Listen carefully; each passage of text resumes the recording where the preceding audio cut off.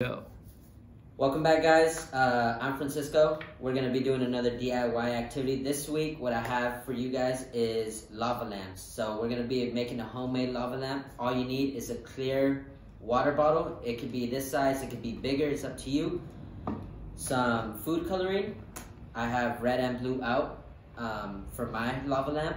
Some Alka-Seltzer if you guys have it laying around. It's usually just $1 for a pack. So all you need is 2 tablets and you'll be good.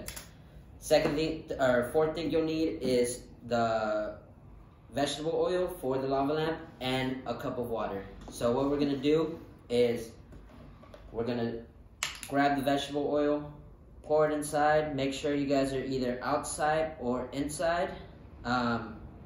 Just make sure you have some napkins laying around so if you make a mess, you're able to clean it up. You're gonna pour it up until, I'm gonna say, right there. That much vegetable oil. The rest is gonna be some water. You guys are gonna top it off.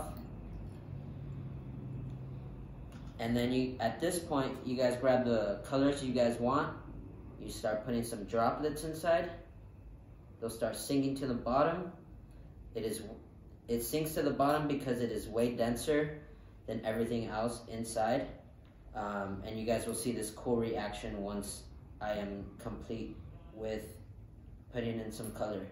At this point, you're gonna grab some Alka-Seltzer. You guys are gonna break it up and you guys are gonna drop it inside. And you guys should see a reaction of what it does. If you guys check that out, the color floats to the top and it makes a cool reaction. And you guys get a cool homemade lava lamp. This is a really fun activity. It takes you at least 2 minutes tops. Super fun. You guys can keep adding different colors, get different reactions. You guys can mix colors and you guys are left with a cool lava lamp that you guys could reuse. And all you need is Alka-Seltzer, food coloring, vegetable oil, and some water. And that's it. I'll see you guys next week for another awesome activity.